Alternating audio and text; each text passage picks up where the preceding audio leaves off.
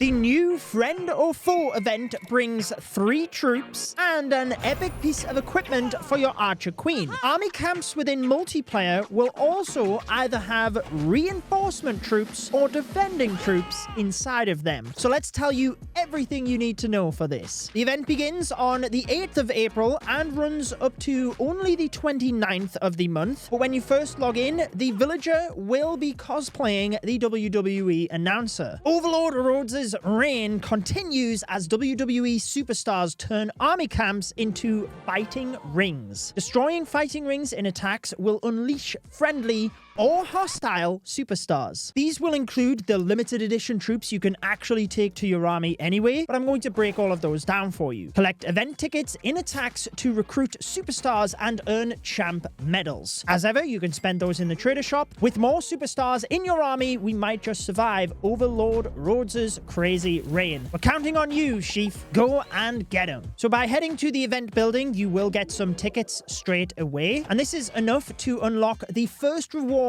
in that of the giant troop. I will go over all of this, but essentially it works the same as previous events, whereby as you attack in multiplayer battles, you will earn tickets which progress you through the track. These tickets will be placed in random buildings during your attacks, so you can just take these buildings out to progress through the track fast, or you will just naturally complete this as you're doing your attacks. As the event goes on, the amount of tickets available in your attacks will scale up over as well. This just means that you can complete the event faster towards the end, but obviously the disadvantage is you don't get the limited edition troops for as long. You only need 1,000 tickets to unlock the second event troop in that of KANE, and 2,500 event tickets to unlock the third, the Disarmer. You will be able to unlock KANE straight away with the event pass because you get 1,000 bonus medals to get you started. If you are purchasing the pass, you can support a creator beforehand by pressing the C and entering their code. My code is Judo, and it helps to support the channel massively, so it's much appreciated. You can also do this on the Supercell store to earn extra items such as gems. To get to the end of the track and unlock all of the rewards, you will require 16,000 event tickets. From the Silver Pass, this means you will gain 3,100 champ medals, which you can spend in the trader shop, 5,000 shiny ore, 400 glowy ore, alongside 2 magic snacks, the Mighty Morsel, which boosts all of your hero equipment to the max level, and the Clan Castle Cake. The good thing about these being in the event track is you do not need to collect them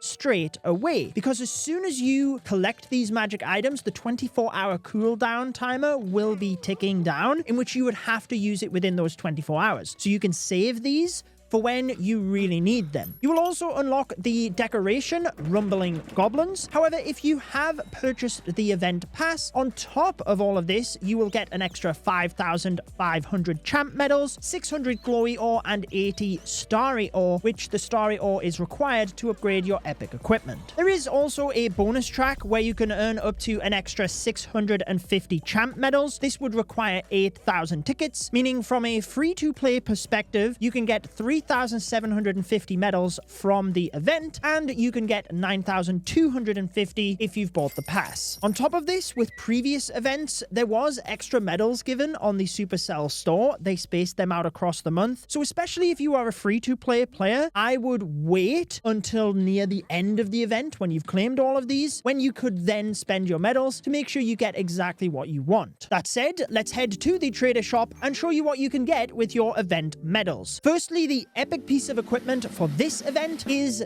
the action figure for the Archer Queen. For most players, this is what I would recommend, because then you don't have to worry about getting it with gems later down the line. However, if you don't have all of the previous epic equipment, the Electro Boots and the Lava Loon Puppet will both be available with your medals. However, you can get both of them out of chests as well. The action figure equipment you can't get until later down the line, and I do think it is a great piece of equipment. So as a default piece of advice, that is what I would get. Why I said to save your event medals, though, even as a free-to-play player until the end of the month, is you might be able to get the Golden Giant. That is if they give away the same amount of medals that they have in previous months. Obviously, if you don't care about cosmetics, I would recommend just putting excess medals into the ore. This is the hardest thing to farm. Any of the runes or loot-based rewards you can just easily get in multiplayer. However, depending on your base progression, I also recommend potentially looking at the builder potion or the research potion. These will help upgrade your base faster, which is something that you cannot just actively farm. I myself, with the extra event pass medals though, will be getting the surprise wheel, which is the super deco for this event. That's why it is 3,100 champ medals. Since the action figure equipment spawns one of the new troops, let me discuss those first, and then I will talk you through the equipment and the army cam changes after that. Firstly, you unlock the Giant. This is exactly as it sounds. It is a regular giant scaled up over, and the stats represent that. So a regular giant is 5 housing space, the giant is 50, and therefore the stats, both hit points and DPS, are 10 times that of the giant. However, the giant does have a couple of other advantages. Firstly, because of its greater housing space, it cannot be flung off the map via spring traps. Also, due to its greater hit points, you have a better chance of it not being taken out, and therefore you can heal it back up via healers, healing spells, whatever. It also means it's not as susceptible to splash defenses, which is a big thing at Town Hall 17. There's obviously a lot of splash around your base. The final advantage, though, is that it also has a special ability. So when its hit points drops below that of 50%, it will become enraged, meaning that it attacks faster and also provides extra damage. The rage effect only applies for 20 seconds. Whether you heal the giant back up or not, it will expire after this time. I'll go over the mechanics of all of the troops first before I go into any specific strategy. So the second troop you unlock is KANE. This acts similar to a P.E.K.K.A. and a Wall Wrecker merged together. It is 75 housing space, and I have to say, mainly because of this, it is my least favorite troop out of these temporary ones, but it is still very powerful. It has 9,000 hit points and 800 DPS, so only slightly more than that of a P.E.K.K.A., which is a third of the housing space, but obviously this has other advantages. Firstly, it will just beeline straight to the town hall. So much like a Wall Wrecker, it will attack other buildings and walls en route. However, if they are not perfectly in line with the path where you deployed KANE and where the town hall is, then it would bypass these buildings and go straight to the town hall. A major advantage, though, is that when this troop gets taken out, it is actually reborn. When this happens, it again has 9,000 hit points, but due to being enraged, the damage per second goes up to 1,200 hit points, and it also has an aura damage of 300. If you compare this to an Electro Titan,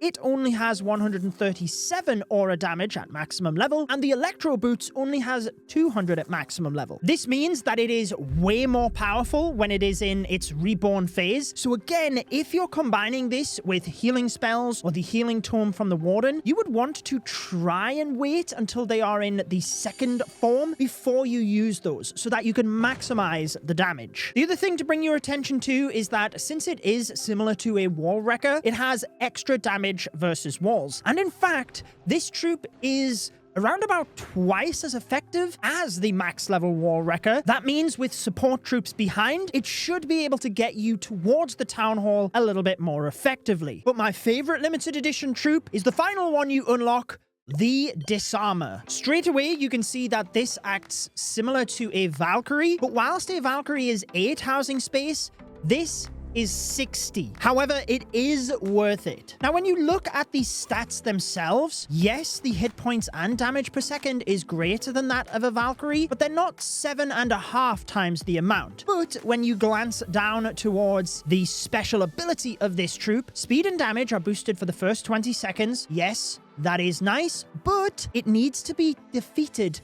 3 times to be out. So once this troop goes down, you have a 4-second cooldown as this troop is reviving itself, and then it is back to 100% hit points. It has a second life and a third life, so it has a revive spell built into it 2 times over. When you factor those lives in though, the total hit points of this troop would be 23,400. So not that far off the giant. And whilst the damage per second is less for this troop, it has a faster movement speed, it deals whirlwind damage, so can attack multiple buildings at the same time, but the major advantage is this does not act like a Valkyrie. It just jumps over walls exactly like a Hog Rider. This is where the giant's main downfall is. It gets stuck behind walls and might even walk around the base to a defense on the perimeter if it cannot get access through the base. The Disarmer doesn't care about that. She will just jump over the walls and constantly obliterate the defenses as you move through the base. It's kind of like the Root Rider when it was first released, when it had a massive amount of hit points and provided a huge amount of damage. Obviously, the Root Rider breaks through walls, this jumps over walls, but the Root Rider has since had its DPS nerfed so that it is only a tank. The Disarmer is a tank and provides a huge amount of damage. So there is no surprise that this troop is the bulk of my favorite strategy for this event. You can tailor this to pretty much any town hall level by just decreasing the amount of Disarmer troops you take, but essentially I use one giant on each corner of the base, followed by my Barbarian King and the Siege Barracks, and then the Archer Queen and the Royal Champion on the other side. Equipment can be very flexible with this, but I like damage equipment to be able to set the funnel either side very quickly. From there, I can send in my Disarmer troops to the center of the base at Town Hall 17. That means I have 4 left over alongside the Grand Warden. I allow them to get a little bit into the base before I use the Eternal Tome, and the Healing Tome works well here. Honestly, I tested with the Life Gem, the Rage Gem. These troops are just so effective that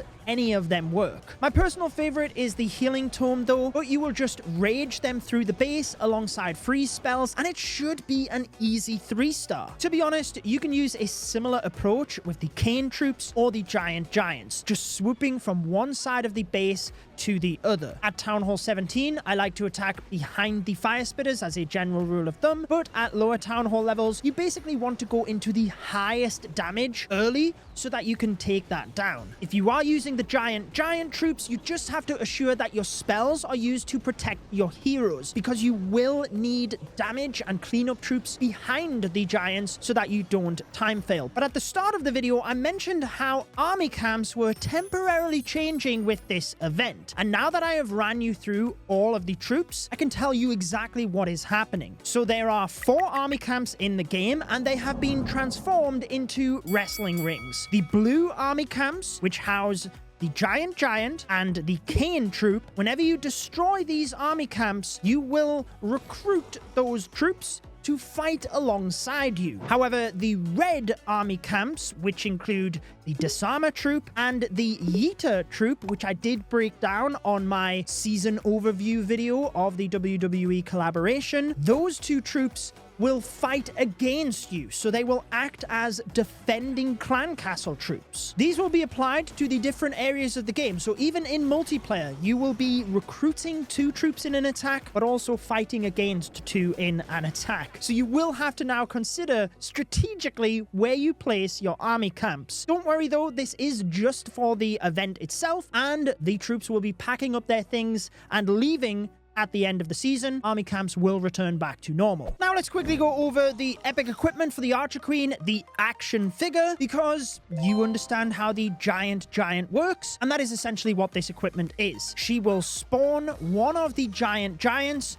when you actively press the ability. At level 1, the giant is level 1. As you level up the equipment, being epic, it does go up to level 27. The giant will gradually scale up in level, and at maximum level for this equipment, the giant's level will be level 10. So it does not have equal stats to the giant that you're using in this event. The level 10 giant has 18,500 hit points, still very impressive, and 700 damage per second. Now, the main thing about this is that I feel it becomes personal preference over the healer puppet. There's pros and cons depending on the strategy you're using and things like that, because the hero boosts applied to your Archer Queen from the action figure is that you have greater self-healing per second than the healer puppet. Yes, you get less hit points from this, but you also get increased DPS to your Archer Queen, which you just don't get from the healer puppet. Let's say you're walking your queen down the flank or to an area where there might be seeking air mines. You might use the giant instead so that the healers aren't just getting picked off and therefore becoming useless. Maybe you're diving your queen into the base itself. We've all had that situation where you're holding the queen ability, you press it in the middle of the base, the healers spawn,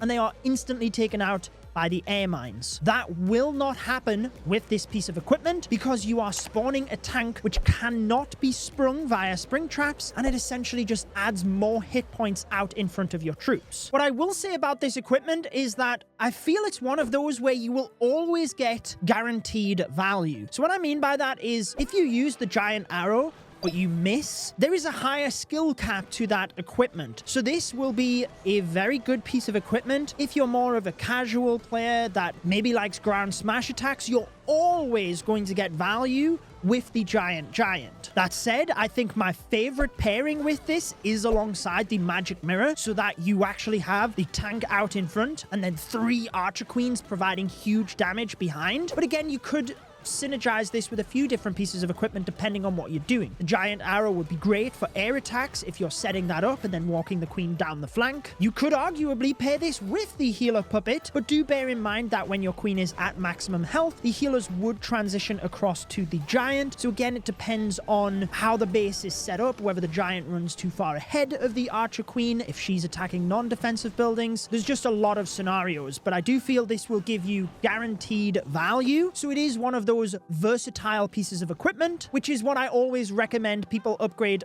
first before trying to upgrade any equipments that are a little bit more niche. But let me know what you think about this down in the comments. And if you do want to see the Yeeter troop that you will be fighting in the army camps, I did break that one down in this video, which also featured WWE superstar Cody Rhodes. I had the privilege of sitting down and recording with him. I am sure you will enjoy that video and enjoy the rest of your day.